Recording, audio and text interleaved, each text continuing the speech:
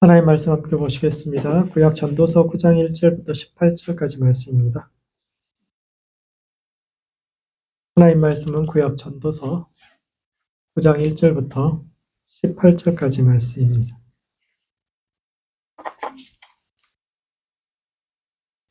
전도서 9장 1절부터 18절 말씀 한 절씩 교독하시겠습니다. 제가 먼저 읽겠습니다. 이 모든 것을 내가 마음에 두고 이 모든 것을 살펴본즉 의인들이나 지혜자들이나 그들의 행위나 모두 다 하나님의 손 안에 있으니 사랑을 받을는지 미움을 받을는지 사람이 알지 못하는 것은 모두 그들의 미래의 일들임이니라. 모든 사람에게 임하는 그 모든 것이 일반이라. 의인과 악인, 선한 자와 깨끗한 자와 깨끗하지 아니한 자, 제사를 드리는 자와 제사를 드리지 아니하는 자에게 일어나는 일들이 모두 일반이니 선인과 죄인, 맹세하는 자와 맹세하기를 무서워하는 자가 일반이로다. 모든 사람의 결국은 일반이라. 이것은 해 아래에서 행해지는 모든 일 중에 악한 것이니 곧 인생의 마음에는 악이 가득하여 그들의 평생에 미친 마음을 품고 있다고 후에는 죽은 자들에게로 돌아가는 것이라. 모든 산자들 중에 들어있는 자들에게는 누구나 소망이 있음은 산개가 죽은 자보다 낫기 때문이라. 산자들은 죽을 줄을 알되 죽은 자들은 아무것도 모르며 그들이 다시는 상을 받지 못하는 것은 그들의 이름이 잊어버린 바 됨이니라. 그들의 사랑과 믿음과 시기도 없어진 지 오래이니 해 아래에서 행하는 모든 일들 중에서 그들에게 돌아갈 몫은 영원히 없느니라. 너는 가서 기쁨으로 내 음식물을 먹고 즐거운 마음으로 내 포도주를 마실지어다.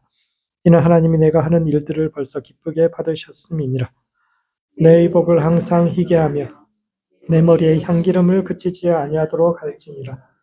내 헛된 평생의 모든 날 곧 하나님이 해 아래에서 내게 주신 모든 헛된 날에 내가 사랑하는 아내와 함께 즐겁게 살지어다. 그것이 내가 평생에 해 아래에서 수고하고 얻은 내 몫이니라. 내 손이 이를 얻는 대로 힘을 다해야 할지어다. 내가 장차 들어갈 소홀에는 일도 없고 계획도 없고 지식도 없고 지혜도 없음이니라.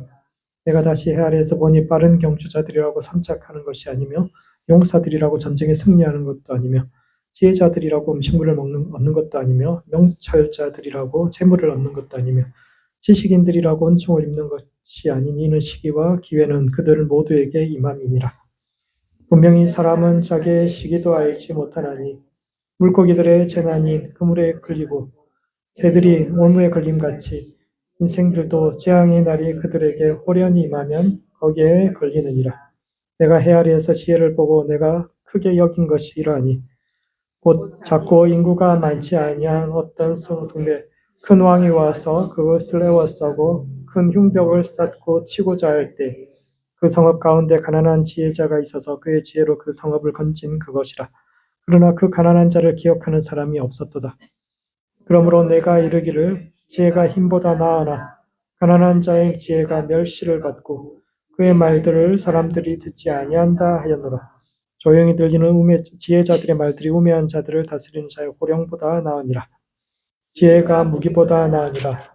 그러나 죄인들 많은 산은 무너지게 하느니라. 전도서 9장은 기존 지혜의 한계와 새 지혜의 기초에 대해서 이야기하고 있는데 이 말씀이 오늘을 살아가는 우리의 삶과 신앙의 단절 의미가 무엇인지에 대해 함께 생각해 보는 시간을 갖도록 하겠습니다. 첫 번째, 인간의 지혜가 끝나는 곳에서 하나님의 새로운 지혜가 시작됩니다. 전도자는 의인과 악인, 깨끗한 자와 깨끗하지 못한 자, 제사를 드리는 자와 드리지 아니하는 자에게 일어나는 것이 모두 일반이며 이것이 해 아래에서 행해지는 모든 일 중에 가장 악한 것이라고 이야기하는데 이는 첫 번째, 지혜를 무력화시키시는 하나님에 대한 불만을 표현하고 있습니다. 성경에서 전도서는 후기 지혜의 대표적인 작품인데 지혜란 어떤 것일까요? 성경이 말하는 지혜와 우리가 말하는 지혜가 어떤 차이가 있을까요? 성경에서 처음 지혜가 사용되는 장면은 아담이 피조물에게 이름을 짓는 장면에서 찾아볼 수 있습니다. 그때 하나님께서 흙으로 각종 짐승과 새를 지으시고 아담이 그들을 무엇이라 이름 짓는 뭐라고 부르는지 보시려고 이끌어 오셨는데 왜 하나님은 그때 아담에게 각 생물의 이름을 가르쳐 주지 않고 직접 짓게 하셨을까요? 하나님 가르쳐 주면 되잖아요. 이게 내 이름 뭐다 하나하나 소개시켜 주면 되는데 그렇지 않고 지어놓고 네가 이름 지어봐 이렇게 하셨는데 이것이 이제 하나님께서 인간에게 처음 주신 것이 지혜고 사람이 처음으로 지혜를 사용하는 장면입니다. 이름을 붙인다는 것은 어떻게 우리가 이름을 붙일 수 있을까요? 이름을 붙일 수 있는 기본적인 조건은 다른 존재와의 차별성입니다. 이것과 저것의 차이를 구분할 수 있을 때 이름을 지을 수 있습니다. 존재의 정의는 차별성으로부터 옵니다. 이름을 남기고 싶으십니까? 차별적인 존재가 돼요. 다른 사람과 다른 어떤 존재가 되어야 이름을 남길 수 있습니다. 그렇지 않고 다른 사람하고 다 비슷하면 그 사람 아무도 기억하지 못해요. 어릴 때 만났던 친구 중에 기억하는 사람 뭔가 차별적인 점이 있기 때문에 기억하는 거예요.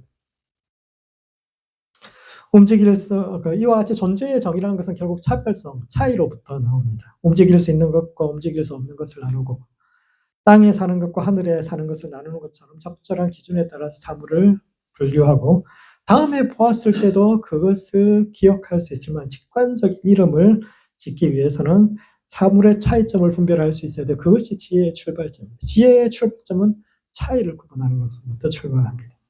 그래서 지혜가 발달하면 할수록 이름이 늘어납니다. 과학자들은 우리가 풀이라고, 잡초라고 부르는, 풀이라고 부르는, 그냥 꽃이라고 부르는 이런 것을 굉장히 다양한 이름을 붙일 수 있죠. 내가 보면 다 똑같은 풀인데 과학자들 이것은 무슨 풀, 무슨 풀, 다. 지혜가 늘어난다는 것은 이름 붙일 수 있는 이름이 늘어난다. 에스키모들은 눈에 대해서 50가지 이름을 붙일 수 있다고 그래요. 우리 눈 해봐야 뭐 그냥 눈, 한방눈, 쌀랑눈, 뭐 몇 개 안 되잖아요. 에스키모는 50가지의 눈에 대해서 이름을 붙일 수 있다고.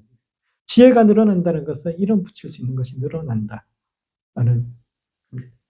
그런데 문제는 우리가 정의하는 그 이름이 그렇게 구분하고 이것은 이렇다, 저것은 저렇다. 그 이름이 항상 정확한 것이 아닐 때 이제 삶에서 문제가 생기기 시작합니다.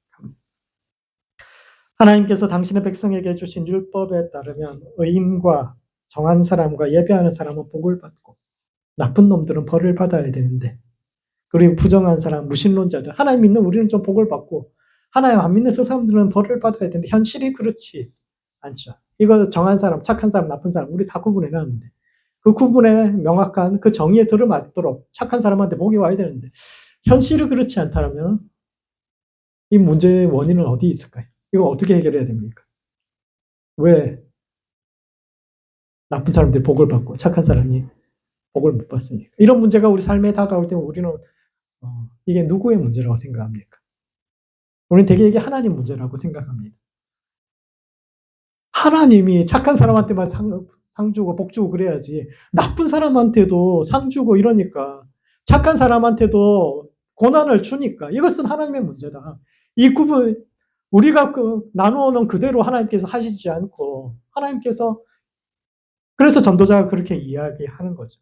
하나님께서 의인과 악인에게 차별을 두지 않는 것, 즉 선한 사람에게만 복을 주지 않고 악인에게도 복을 주심으로써 스스로의 그 구분을 무너뜨리는 것, 토라의 원칙을 어기고 모든 우리가 구분해 놓은 그 모든 것을 무너뜨리는 그것이 해 아래에서 행해지는 가장 악한 것이다. 하나님이 이렇게 구분하라고 해놓고 우리가 구분해 놓고 하나님 자신이 지키지 않는 이게 세상에서 가장 악한 것이다. 하나님 탓이다. 이렇게 주장하는데 전도자는 오히려 이것은 하나님의 문제가 아니라 그 차이를 그냥 구분의 그 차이를 차별로 전환시키는 인간들의 지혜가 문제다라고 이야기하는 겁니다. 소와 닭은 그냥 다른 것일 뿐인데 소는 귀하고 닭은 별로 덜 귀하고 자꾸 서열을 시키고 차이를 차별로 만들어가는 인간의 지혜가 문제가 아닌가 이게 전도자의 견해입니다. 그는 사람들의 마음이 악이 가득하여 평생에 미친 마음을 품고 살다가 죽은 자에게 돌아간다고 이야기하는데 여기서 미친 마음이란 게 지혜거든요. 사람만이 미칠 수 있어요. 그리고 미친 사람, 무언가에 미친 사람들이 성공을 하죠. 할렐루야. 미치지 않으면 결혼 못 합니다. 젊었을 때도. 객관적으로 쳐다보고 이러면 사람은 다른 동물들은 그러지 않아요. 인간은 무언가에 미쳐서 대단하죠. 그러니까 인간의 지혜가 늘어나는 겁니다. 옛날 반도체, 불화수소, 순도가 99. 한국에서 만드는 99.999%까지 만드는데 일본은 99.9를 12개까지. 그걸 구분할 수 있는 거예요. 인간은 99.999999999%까지 구분할 수 있는 겁니다. 그렇게 지혜가, 그런데 그 미친 마음으로 그렇게 도달한 지혜를 가지고 사람들이 잘못 사용하고 있기 때문에 세상에 문제가 발생하는 것이 아닌가. 전도자가 이런 질문을 던집니다.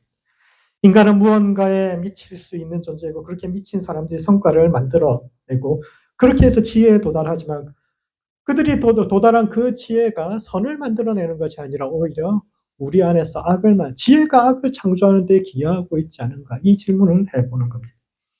하나님께서 당신의 피조물들을 아담에게 데리고 오셔서 이름 짓는 것을 옆에서 가만히 지켜보셨는데 이것은 지혜가 가진 양면성을 우려하기 때문입니다. 첫 번째는 어떻게 이름 짓나 그것을 지켜보시는 것도 있지만 또 한편에 있어서는 그 이름을 무언가 이름을 짓는다라는 것은 영향력을 행사하는 것이요. 이름은 존재의 본질을 드러내는 것이기도 하지만 프레임 전쟁이라는 말에서 볼 수 있는 것처럼 누군가를 틀 속에 가두고 그가 가진 본연의 능력과 가능성을 제한하는 데도 사용될 수 있기 때문에 하나님께서 그 지혜가 제대로 사용되는지를 지켜보시는 겁니다.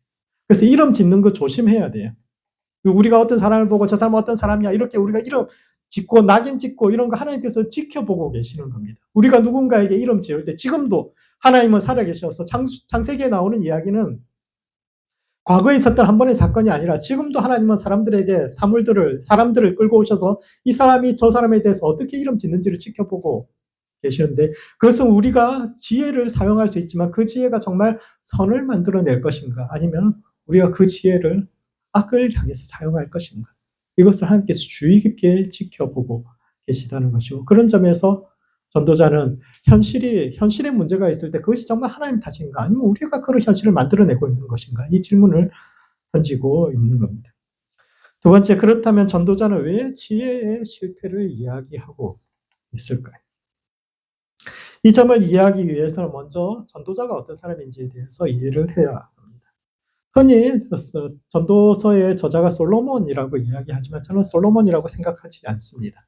왜냐하면 고대에는 자기 이름으로 책을 쓰는 건 굉장히 건방진 일입니다. 내가 이걸 썼는데 내가 뭔가를 지금은 당연히 자기 이름으로 책을 쓰잖아요.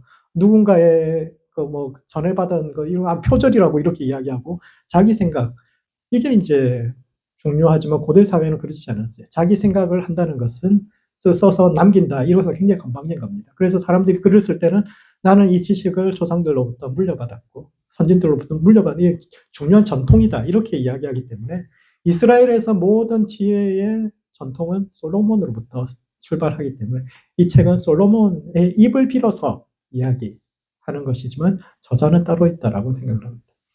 히브리어로 이제 전도서가 제목의 이 책의 이름이 코엘렛입니다. 코엘렛. 코엘렛이 뭐냐면 카할이 하나님 백성의 모임 회중이거든요. 회중이 카할인데 카할에서 설교하는 사람을 코엘렛이라고 이야기합니다. 카할이 언제 모입니까? 이스라엘 백성들이 전체 다 모이는 때가 언제 있습니까? 1년에 몇 번 있거든요. 명절 때. 명절에 전체 이스라엘 백성들이 모여서 성전에서 하나님 앞에 예배드릴 때 그 앞에서 설교할 수 있는 사람. 당대 가장 뛰어난 학자이죠. 1년에 한 번 전체 백성들이 모였을 때 하나님께서 우리에게 주시는 말씀이 무엇인가에 대해서 설교할 수 있는 그 시대의 가장 뛰어난 학자인데 아마도 이 코엘렛이 이제 자기 지혜를 쭉 이야기하고 있습니다. 그런데 그 사람이 이야기하는 것은 뭐냐면 지혜의 실패에 대해서 이야기하는 거예요. 자, 그 위치까지 가려고 하면 얼마나 똑똑한 사람이 있어요. 당대 그 사람은 또래에서 한 1, 20년 아래 위로 해가지고 가장 똑똑한 사람이 지혜자들 중에서도 지혜자, 최고의 지혜자. 그런데 그 사람이 그 지혜의 꼭대기에 올라갔을 때 보았던 세상이 어떤 것일까 생각해 봐요. 그 시대는 지식인들이 굉장히 존경받던 시대입니다. 옛날에 우리 그랬잖아요. 사람들 대다수가 몸을 써서 일할 때 자리에 앉아가지고 펜대 굴리면서 머리 써서 일하면 돈도 훨씬 많이 받아요. 면서기만 해도 사람들이 얼마나 좋아합니까? 면석이만 해도. 그 자식들 공부시켜가 어떻게 해서든지 몸 안 쓰고 그냥 펜때 걸리면 머리 굴리면서 그렇게 살라고. 그게 부모들의 그거였는데. 그 시대에 공부해가지고 진짜 최고의 학부 나오고 최고의 자리까지 올라간 그 사람이 그 최고의 자리에서 보았던 것은 사람들은 그 지혜가 자기들을 올바른 방향으로 이끌어 줄 것이라고. 지혜를 알면, 하나님을 알면 정말 우리의 삶을, 이 나라를 올바른 방향으로 이끌어 줄 것이라고 생각했는데, 그가 보았던 정상에서 발견한 현실은 세상과 백성을 위해서 봉사하는 지혜가 아니라 소수 특권층의 이익의 도구로 사용되는 지혜. 권력의 신여를 자청하여 상식에도 미치지 못하는 견해를 마치 전문가의 견해인 것처럼 그렇게 하는 그들의 이율배반적인 태도이고, 이에 깊은 좌절을 느낀 전도자가 새로운 지혜의 출발점으로 삼는 것이 바로 평등입니다. 왜 하나님은 선인과 악인을 구분하지 않고 똑같이 대하실까? 하나님이 착한 사람에게 복을 주고 악한 사람에게 벌을 주셔야 하는데 왜 하나님 그렇게 하지 않으실까? 하나님께서 믿는 사람에게 복을 주시고 믿지 않은 저 불신자들에게는 벌을 내리셔야 되는데 왜 하나님께서 그렇게 하지 않으실까? 그 이유는 둘 다 똑같기 때문입니다. 믿는다고 믿지 않는 사람은 무슨 차이가 있냐?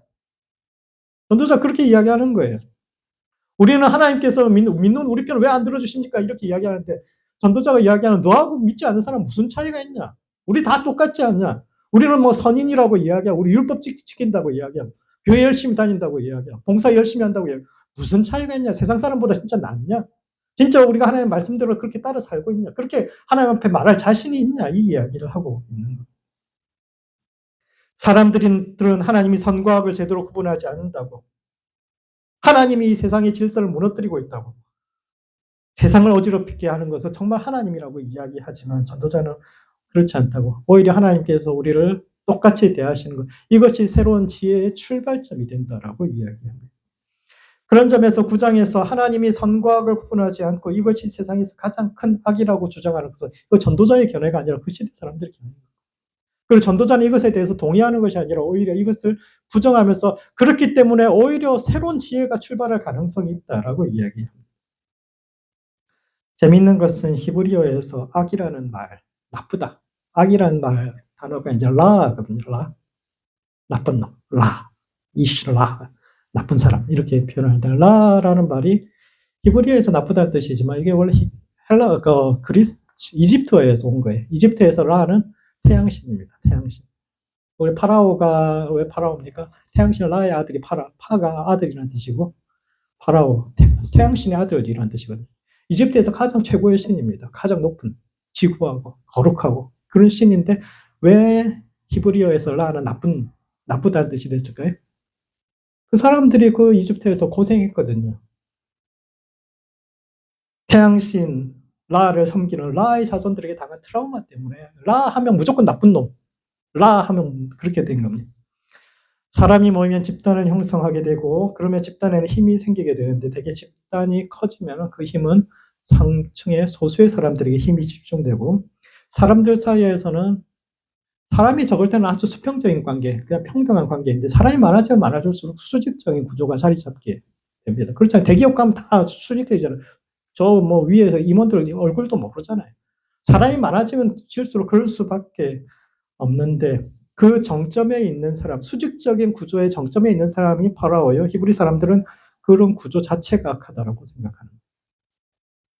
어떤 집단이든 수직적인 구조가 자리 잡기 시작하면 사람이 사람으로 대접받지 못하고 물건이나 짐승 취급을 받게 되는데 이것이 모든 악의 근원이에요. 그래서 하나님은 그런 구분과 차이를 무효화시키고 다시 평등하게 만드신다라는 거예요. 아무것도 몰랐을 때는 하나님께서 구분하는 지혜를 주시는데 그것이 사회가 어느 정도 성숙했는데 그 차이가 차별로 가게 되고 지혜가 선을 만들어내는 것이 아니라 오히려 지혜가 악을 만들어내기 시작할 때 하나님께서 인간의 지혜를 모두 다 무너뜨리고 처음부터 다시 평등한 관계로 다시 회복시키시는데 그것이 우리 구원의 새로운 출발점.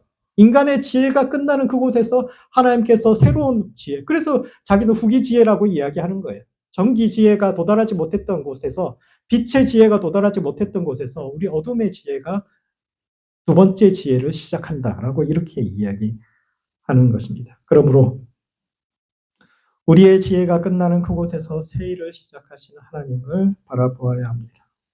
우리 힘으로는 더 이상 갈 수 없는 그곳, 앞으로도 갈 수 없고 뒤로도 갈 수 없는 그 갈대바다 앞에서 사람들이 하나님께서 그 바다를 가르고 적과 꿀이 흐르는 약속의 땅으로 인도하셨던 것처럼 지혜가 갈 길을 잃었을 때 하나님께서 모든 것을 다시 한번 평준화시키심으로 새로운 지혜의 가능성을, 하나님은 과거의 구원만 하신 것이 아니라 지혜가 길을 잃었을 때 후기 지혜를 통해서 새로운 길을 열었던 것처럼 여러 번 역사에서 반복적으로 우리의 삶이 한계에 부딪힐 때 하나님께서 그곳에서부터 새로운 일을 시작하시는데, 이와 같이 삶의 막다른 골목에서 더 깊은 차원의 지혜와 새로운 길을 내시는 그 하나님을 만날 수 있는 모든 성도들 되시기 바랍니다. 두 번째, 세상이 나를 알아보지 못함을 한탄하지 말고 내가 세상을 알아보지 못하지는 않는지 이것을 근심해야 합니다. 9장 후반부에는 빠르다고 결승선에 먼저 들어오는 것도 아니고 용사라고 승리하는 것도 아니며 지혜 있다고 부를 얻는 것도 아니다라고 이야기하는데, 이는 첫 번째, 부조리한 현실에 나의 지분이 있지는 않은지 돌아보아야 합니다. 빠르다고 결승선에 먼저 들어오는 것도 아니고 용사라고 승리하는 것도 아니다라는 말은 실력보다 운이라는 뜻입니다. 아무리 실력 있어봐야 운 좋은 놈 못 이긴다 이런 뜻이죠. 세상을 보면, 이거 어떻게 보면 세상이 진실이잖아요. 세상에 보면 능력 있는 사람이 꼭 성공하는 것이 아니고 오히려 운 좋은 사람들이 성공하는, 운으로 그렇게 볼 수 있기 때문에 전도자도 그런 이야기를 하는 것이 아닌가 생각할 수 있지만 그렇지 않습니다. 전도자가 이 말씀을 통해서 이야기하고 싶은 것, 전도자가 지혜자로서 지혜자들의 가장 높은 곳에 올라가서 이 사람이 좌절을 일으켰던 것은 뭐냐면 사람들이 자신이 가진 능력에 대한 정당한 대우를 받지 못하고 있는 현실. 자기가 그렇게 키워낸 이 제자들이 능력 있는데 인정받지 못하는 사람이 너무 많은 거예요. 그럼 무능한데 너무 높은 자리 가고 이런 거 보니까, 그리고 그 지혜를 이용해가지고 막 나쁜 짓 하는 사람들 보니까 너무너무 화가 나서 이런 이야기를 하는 겁니다. 그래서 그 사람이 그런 점에서 빠르다고 결승선에 들어오지 못한다는 것은 운이 나쁘다는 뜻이 아니라 능력이 있어도 그 능력을 발휘할 수 없는 현실을 이 사람이 비판하고 있는 겁니다. 전에도 한번 말씀드렸는데 로마 황제인 네로는 굉장히 예술에 대한 안목이 뛰어나서 스스로 노래도 짓고, 그래서 이제 올림픽 같은 경기할 때 그 당시에는 노래 대회도 있었거든요. 자기 자작곡 해가지고 막 슈퍼스타 K 이런 것처럼 했는데 나가서 금메달 땄어요. 너무 실력이 좋았을까요? 그 몇 년에 한 번씩 열리는 대회인데 네로하고 같은 시합에 나갔던 사람들 어떻게 됐을까요? 몇 년을 고생을 했는데 심사위원들이 그 사람들 다 제치고 네로 제치고 그 사람한테 상 줄 수 있을까요? 그런 거죠. 빠르다고 먼저 들어온 것도 아니고 용사라고 승리하는 것도 아니다라는 것은 아무리 노력하고 아무리 재능이 뛰어나도 인정받을 수 없는 현실을 비판하는 것이요. 이를 오늘날의 용어로 하면 어떤 숟가락을 물고 태어났느냐가 제일 중요하다. 그거 왜 없더라. 이런 이야기입니다. 우리 시대만이 아니라 그 시대에 벌써 이런 이야기 하고 있는 거예요.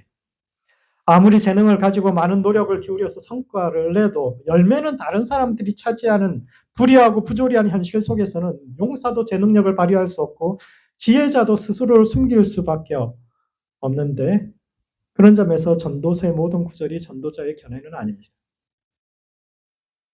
예언서나 지혜 문학의 특징은 독백이 아니라 대개 대화라는 겁니다. 가상의 어떤 대화 상태를 두고 그들의 견해, 그 어떤 사람의 견해일 수도 있고 그 시대의 보편적인 개념일 수도 있어요. 그것을 인용한 다음에 그 개념이 옳은지 아닌지 자기 의견을 쭉 이야기를 해요. 그런데 옛날 문장에는 문장부와 따옴표가 없어요. 따옴표가 없기 때문에 이게 전체가 전도자의 견해인지 아니면 어디까지가 그 시대에 말아듣고 이 사람이 반박하는 것인지 알 수 없는데, 오늘 본문에서는 세상 모든 것은 시기와 운에 달려있다. 모든 것이 그냥 운빨이다라고 이야기하는 것은 전도자의 견해라기보다는 그의 맞은편에 있던 그 시대 사람들의 일반적인 주장이요. 이에 대해서 전도자는 세상이 부조리하다는 말만 하지 말고 스스로 그런 세상을 만들고 있지 않은가 그거 돌아보라. 이게 이제 이 사람이 하고 싶은 이야기. 9장 후반부에는 전도자가 그 시대에 아주 유명한 이야기를 하나 해줍니다. 적들이 굉장히 많은 병력을 이끌고 와서 어떤 작은 성을 포위했는데 이게 역사적으로 어떤 사건인지 명확하지 않아요. 그런데 한 가난한 사람이 나가서 저들의 적장과 협상해서 도저히 이길 수 없어요. 도저히 이길 수 없는 그런 상황에서 뭐 싸울 수도 없는 그런 상황인데 어떤 한 가난한 사람이 나가서 적장하고 협상을 해서 싸우지도 않고 돌려보냈는데 아무도 그 사람에 대해서 감사하지 않습니다. 왜냐하면 그 사람 가난하고 보잘것없는 사람이었기 때문이죠. 오히려 그 도시 사람들은 하찮은 사람으로 인해서 그냥 뭐 유명하고 똑똑하고 힘있고 막 이런 사람이 나가서 협상해서 잘 됐으면 아무 뭐 사람들이 너무 감사하다고 막 그 사람한테 동상도 세워주고 이랬을 텐데 이 사람은 별 볼 일 없는 사람인데 나와가지고 그냥 도시가 자유롭게 됐어요. 그러고 나니까 사람들이 뭐 운이었겠지. 저 사람이 뭐 누구나 그런 일을 할 수 있었는데 그 사람 한 거 아무것도 아니야. 원래 뭐 우리하고 싸울 생각이 없었던 거야. 그냥 위협만 하려고 그랬겠지 하고 그 사람을 평가절하하고 아무도 그 사람에게 감사하지 않았을 뿐만 아니라 오히려 부끄러워했죠. 저런 사람에 의해서 구원받았다는 거 사람들 굉장히 부끄러워했던 그 사건을 이야기하는데 우리가 그러지 않은가라고 질문하는 겁니다. 사람들은 세상이 부조리하다고 불합리하다고 나는 능력에 따른 정당한 대우를 받고 있지 못하다고 세상이 나를 알아주지 않는다고 주장하지만 정작 우리도 참된 지혜를 보자 겉모습은 그렇지만 진짜 지혜를 가진 사람인데 그 사람 우리가 못 알아보고 있는 거 아닌가? 세상이 나를 못 알아본다고 이야기하는데 너는 그 세상을 그 사람을 똑바로 알아보고 있느냐 이런 주장. 우리도 사람들의 겉모습이나 배경으로 판단하고 사람들에게 제대로 된 대우를 해주고 있지 않는 이 불의한 세상을 우리가 만들어가고 있는 거 아닌가? 다들 뭐 하나님 탓이다 막 하나님을 향해 손가락질 하는데 우리가 만든 세상이 아닌가? 우리 탓 아닌가? 질문하는 겁니다. 마지막으로 중심을 지키는 깨어있는 성도가 되어야 합니다. 9장의 결론은 조용히 들리는 지혜자의 말이 우매한 자들을 다스리는 자의 호령보다 나으며 죄인 한 사람이 많은 성을 무너지게 한다라는 것인데 이것은 선동적인 지도자들에게 넘어가지 말라. 이런 지도자들 주의하라라는 이야기입니다. 좋은 지도자는 어떤 사람일까요? 지도자의 자질. 지도자는 어떤 자질과 자격을 갖춘 사람이어야 할까요? 뭐 여러 가지를 이야기할 수 있겠죠. 시대를 읽는 능력이 있어야 한다. 커뮤니케이션 능력이 있어야 한다. 진실성, 동기부여, 적재적소에 사람을 세울 수 있는 그런 능력을 가지고 있어요. 여러 가지를 이야기하는데 옛날 사람들이 생각하는 지도자의 중요한 자질은 겉모습입니다. 겉모습이. 고대 사회에서 지도자의 중요한 자질로 꼽는 게 네 가지인데 신언서판이라고 이야기합니다. 신은 생긴 거, 지도자답게 생겨야 되는 거. 두 번째는 말을 잘해야 돼요. 설득력 있게 말을 잘해요. 세 번째는 글을 잘 써야 합니다. 커뮤니케이션 잘 해야 돼요. 판은 판단력입니다. 이 시대에 이야기하면 사람들이 지도자한테 판단력이 굉장히 중요하다 이렇게 생각을 할 거잖아요. 그런데 그 시대 사람들에게 가장 중요한 건 지도자답게 생긴 사람이에요. 그 시대 가서 아마 저는 지도자 못 됐을 거예요. 목사 못 됐을 거예요. 목사 되려면은 목사처럼 생겨야 돼. 어떤 사람이 목사처럼 생긴 사람입니까? 좀 장군처럼 덩치도 크고 뭐 할 수도 있고 좀 그렇게 해야 되는데 우매한 자들을 다스리는 호령이라는 것은 많은 사람들이 생긴 거 다음으로 중요한 게 말소리, 은혜로운 목소리가 좋은 사람이 지도자의 자격이 있는 거예요. 장군감이라고 이야기하죠. 사람들이 이제 주로 옛날에 마이크도 없었기 때문에 많은 사람들 앞에서 그걸 하려면은 목소리가 커야 돼요. 목소리가 커야 되고 예수님이 한 5천 명 앞에 대고 설교했다고 생각했죠. 저 정도 목소리로 설교했으면 몇 명이나 알아들었겠어요.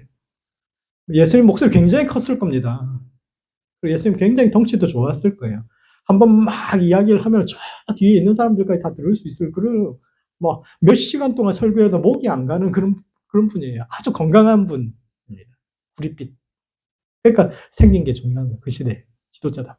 많은 사람들에게 어디로 가야 할지를 이야기할 수 있는 그런 사람인데, 우매한 자들을 다스리는 호령이라는 것은 많은 사람들이 따를 수 있는 말 잘하는 사람, 백성들이 듣고 싶어하는 말을 그럴듯하게 할 뿐만 아니라 권위 있는 목소리로, 좋은 목소리로 이야기할 수 있는 그런 사람인데, 전도자는 이런 선동가들을 주의하라고 이야기해요.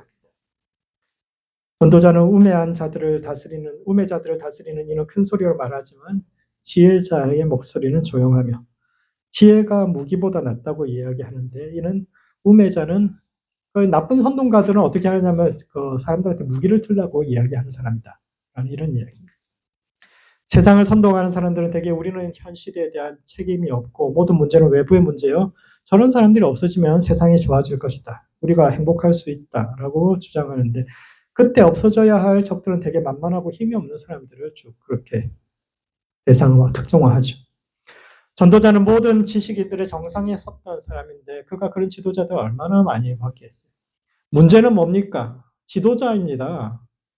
그런데 지도자들은 늘 누구 탓을 합니까? 백성들 탓을 합니다. 백성들, 저 사람들 때문에 문제다, 이렇게 얘기해요. 그리고 그런 사람들을 희생양 삼아서 근본적인 문제를 해결하지 않았고, 그런 점에서 힘들수록 외부에서 답을 찾기보다는 스스로 돌아보고 중심을 지키는 깨어있는 성도가 되어야 한다라는 게 이제 9장의 마지막 결론입니다. 삶에는 누구나 지나야 하는 어둠의 골짜기가 있는데 쉽게 그것을 벗어나려고 하지 말라. 진짜 지혜라는 것은 그 어둠을 지나갈 때, 그 이전까지 지혜는 그걸 알면은 부를 얻고 명예를 얻고 모든 것을 가질 수, 그 빛의 지혜를 이야기하는데 전도자는 그렇게 이야기하잖아요. 삶의 깊은 어둠을 지나갈 때 그때 우리가 만날 수 있는 그 우리 내면으로부터 우리를 충만하게 해주신 그 하나님의 은혜, 그것을 이야기하죠. 그러므로 어둠 속에서 하나님의 구원을 잠잠히 기다리는 성도들 되시기 바랍니다. 세상은 우리를 알아주지 않아도 하나님은 우리를 아시고 또 안아주시는 분입니다. 전도서는 지혜가 빛을 통해서가 아니라 깊은 어둠을 지나서 만날 수 있음을 이야기하고 있는데, 인내 속에서 우리를 변화시켜 세상을 다르게 보게 하는 하나님의 참된 지혜, 빛과 어둠 모두를 관통하는 하나님의 참된 지혜에 도달하는 모든 성도들 되시기 바랍니다. 말씀을 정리하겠습니다. 전도서 9장은 옛 지혜의 한계와 새로운 가능성을 이야기하는데, 첫 번째, 인간의 지혜가 끝나는 곳에서 하나님의 새로운 지혜가 시작됩니다. 사람들은 하나님이 선인과 악인을 똑같이 대하시는 것이 만악의 근원이라고 이야기하지만, 전도자는 오히려 그것이야말로 새로운 구원의 시작이요, 우리가 그런 일이 현실에서 일어날 때는 하나님을 탓하기보다 우리가 세운 선과 악의 기준이 올바른 것인지를 돌아보아야 한다고 말하는데, 우리의 지혜가 끝나는 곳에서 새 일을 시작하시는 하나님을 소망 가운데 기다릴 수 있는 성도들 되시기 바랍니다. 두 번째, 세상이 나를 알아주지 못하면 한탄하기 전에 내가 세상을 알아보지 못하고 있는지 아는지 근심해야 합니다. 사람들은 빠르다고 일찍 들어오는 것도 아니고 용사라고 승리하는 것도 아니라고, 세상은 실력보다 운이라고 자주 하고 말지만, 전도자는 그런 때일수록 운을 기다리는 것이 아니라 더욱 실력을 쌓아서 빛과 어둠 모두를 관통하는 참된 지혜에 도달하라고 이야기하는데, 세상이 알아주지 않아도 우리를 알아주시는 하나님의 은혜 아래 오늘도 그분의 구원을 잠잠히 기다리는 모든 성도들 되시기 바랍니다. 기도하시겠습니다. 기도하실 때는 우리의 지혜가 끝나는 곳에서 하나님의 새로운 일이 시작될 수 있도록 우리 자신을 위해서 기도합시다. 모든 것을 공평하게 하시는 하나님 안에서 절망이 아닌 새로운 희망을 보고 어둠 너머의 참된 지혜에 도달하는 성도 될 수 있도록 자신을 위해서 기도하시고, 두 번째는 하나님께 인정받는 지도자들이 세워질 수 있도록 기도합시다.